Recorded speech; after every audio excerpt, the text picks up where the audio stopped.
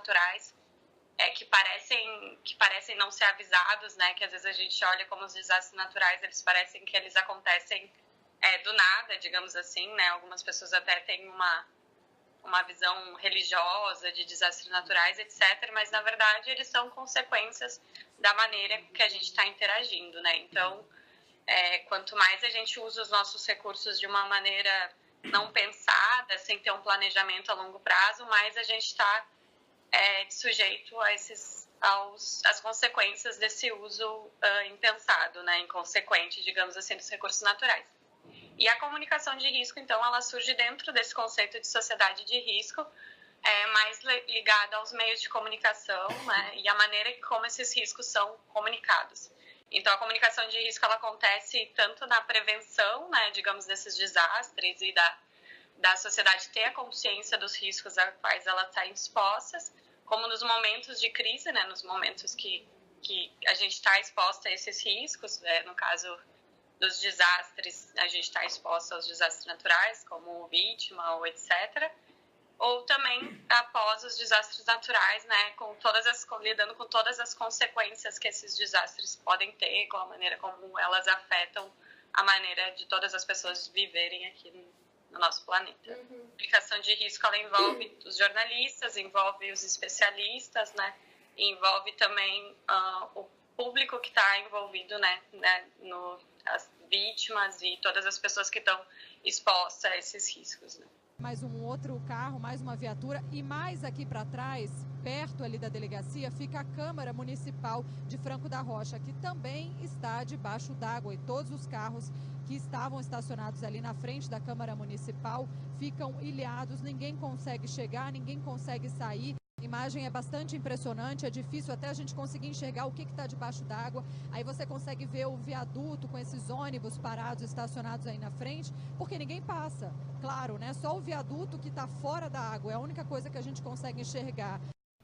Infelizmente, começou a chover, veio uma chuva muito forte, a enxurrada, a casa começou a trincar entre o meio. Quando a gente pensou que não, começou a descer bastante fluxo de água com barro, a gente achou que poderia estar controlando, como todos da sua casa ali, já conseguia controlar. Mas infelizmente cedeu a sala e a cozinha, que nós éramos em 3 cômodos, acabou quebrando. Aí a gente acabou saindo para a rua. Infelizmente a casa de cima terminou de quebrar a casa, perdi tudo que eu tinha, meus móveis.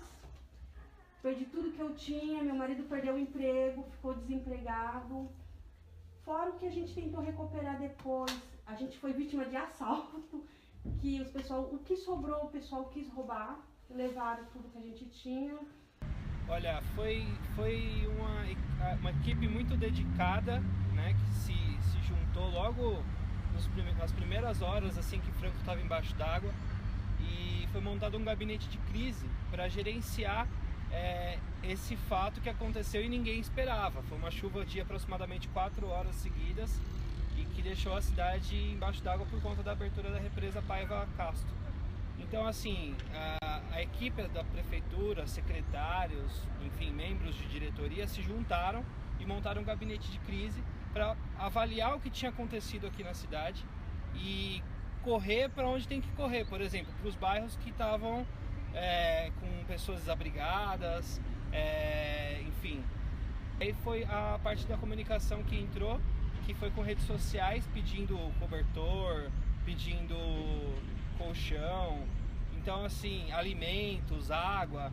Então o Facebook da prefeitura foi primordial para ajudar a salvar vidas, para conseguir alimentar as pessoas que estavam passando fome. E depois disso montamos um abrigo no Centro Cultural. E nesse abrigo muitas pessoas foram para lá por conta que tinham perdido suas casas. E nesse abrigo também a gente recebia as doações. Então a gente sempre no Facebook e no site a gente montava notas e ia elencando assim, olha, agora a gente precisa de toalha, a gente precisa de roupa de neném. O que é a gestão desse risco? Primeiro é conhecer o risco, saber onde ele está. Então entra uma coisa importante, por exemplo, da mídia, situar o que é risco, para que as pessoas que estão na cidade que mora, por exemplo, numa área que seja de inundação, numa encosta que escorrega, ou próximo ao duto da Petrobras, saiba que ela está correndo um risco, né, por conhecer onde está essa situação. De informar as pessoas para que elas possam, primeiro, se adaptar a essas situações, né, e tentar evitar que os eventos e os acidentes aconteçam. O outro viés, que acho que a informação é importante, mas que muitas vezes é onde a imprensa trabalha, é quando tem a ocorrência, tá? Que é a fase que tem a resposta, que a gente chama, que é quando tem o desastre. Nesse ponto, na verdade, a opinião que eu tenho é que a mídia, na verdade, ela é muito sensacionalista. Então, e hoje, por exemplo, a comunicação, dentro da comunicação e essa questão do risco, é onde o pessoal centra mais peso, porque dá ibope. Tá? Então, o que seria importante é começar a utilizar também esse canal de comunicação com ações preventivas de adaptação. A gente fala muito hoje de adaptação às mudanças climáticas. É uma realidade que a população que mora em áreas vulneráveis como São Paulo, como as grandes cidades, vai ter que começar a conhecer esse comportamento. Não teve jornalista, não teve mídia, não teve ninguém que avisasse que ia cair. Não teve. Não se esperava, né? A Defesa Civil recebeu uma notificação, porque eles têm esse contato com a Sabesp, da abertura da represa, acho que, se eu não me engano, entre meia-noite e 2 da manhã, só que a cidade já estava embaixo d'água. Então, assim, antes não teve nenhuma mobilização e nenhum aviso para a prefeitura.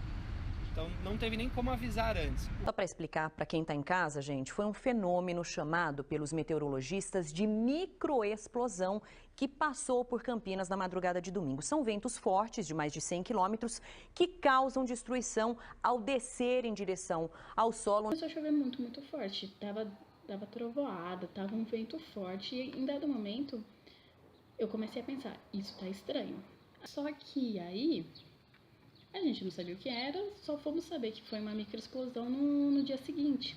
Tanto que de início acharam que foi alguma espécie de mini tornado. Só que depois que mudaram para essa caracterizaram como microexplosão.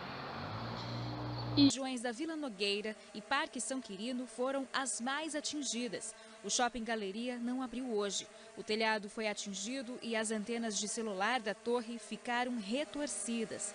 Este outdoor não resistiu à tempestade. A destruição foi grande nesse condomínio de alto padrão. Várias casas foram destelhadas. Equipes da CPFL estão nas ruas. São mais de 100 mil usuários sem energia. Este condomínio de prédios também foi atingido. Este espaço era usado para divulgação e vendas de imóveis e foi ao chão. A prefeitura afirma que 200 funcionários estão trabalhando na limpeza das ruas.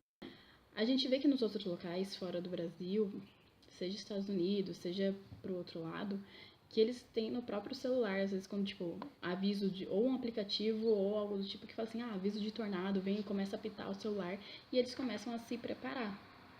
Então eu acho que em questão de para a pessoa se preparar, é o principal ter esse aviso prévio, porque se eu não me engano, teve uma morte em razão do fenômeno na noite e 4 pessoas ficaram feridas porque estavam fora, estavam na rua. Ou seja, com esse aviso, se a gente tem um aviso antes, a gente nem coloca os pés para fora, se protege, tenta proteger a casa se tiver alguma forma e fica mais seguro de uma forma ou outra, né? Que os valores notícias que norteiam um trabalho jornalístico, eles não conseguem dar conta de uma visão sistêmica, por exemplo, que seria a visão que a gente espera do jornalismo ambiental, ou mesmo na comunicação de risco, né? A gente espera, o que a gente espera, né, na comunicação de risco dos jornalistas? Que eles consigam eles consigam abordar a parte da prevenção do desastre, da mesma maneira que eles abordam o momento que o desastre está acontecendo, né? Que eles conseguem cumprir esse papel social, não só na hora que uma situação de risco está acontecendo, mas principalmente antes dela acontecer. Mas o que a gente nota é que o jornalismo fica muito preso nos valores de notícia, muito engessado. Então, o que acaba rendendo mais pauta, o que acaba vendendo mais, né? Também a questão mercadológica, é a questão do desastre em si, né? Principalmente quando tem mortes, quando tem um impacto maior, né? A gente vê que tem mais cobertura da mídia, enquanto essa questão da prevenção e da fiscalização também, né? Depois de uma situação de risco, se estão sendo feitas ações para que ela não se repita, se está sendo dinheiro investido para melhorar a situação de quem foi atingido, às vezes por um desastre. A gente não vê tanto essa parte da mídia, né? A gente vê mais a questão da cobertura, o enfoque na tragédia, né? A prevenção, na verdade, quando ela é colocada em prática, quando ela é incorporada pelas pessoas, a chance de você ter um evento, um desastre, ela cai bastante. Tá? O fato é que, por exemplo, muitas situações na cidade, como as enchentes e escorregamentos, estão alteradas à questão do clima, que nós não temos controle. Só que eu posso, por exemplo, preventivamente, ensinar um morador de uma encosta quando ela está para cair. Explicar para esse morador que quando chove vários dias seguidos, o solo encharca e a partir daí pode escorregar. Então, ele sabendo disso e tendo informação, por exemplo, da Defesa Civil, que estão em estado de atenção porque teve muita chuva, ele sabe que ele tem que sair, ele sabe que ele tem que olhar no terreno que ele mora, se tem trinca, se tem evidência que vai escorregar. Então, esse outro lado que é importante, que muitas vezes, quando isso acontece, eu não vou ter o escorregamento, até posso ter o escorregamento, eu não vou ter ninguém vitimado, né, como a gente costuma ver em eventos grandes, aí, como na região serrana do Rio, que muitas vezes pega as pessoas desprevenidas. Então, acho que a mídia tinha que começar a focar um pouco mais nisso. Então, na verdade, hoje a mídia trabalha muito em cima do fato ocorrido, e que muitas vezes não vai trazer de volta uma vida que se perdeu, um cenário que foi destruído.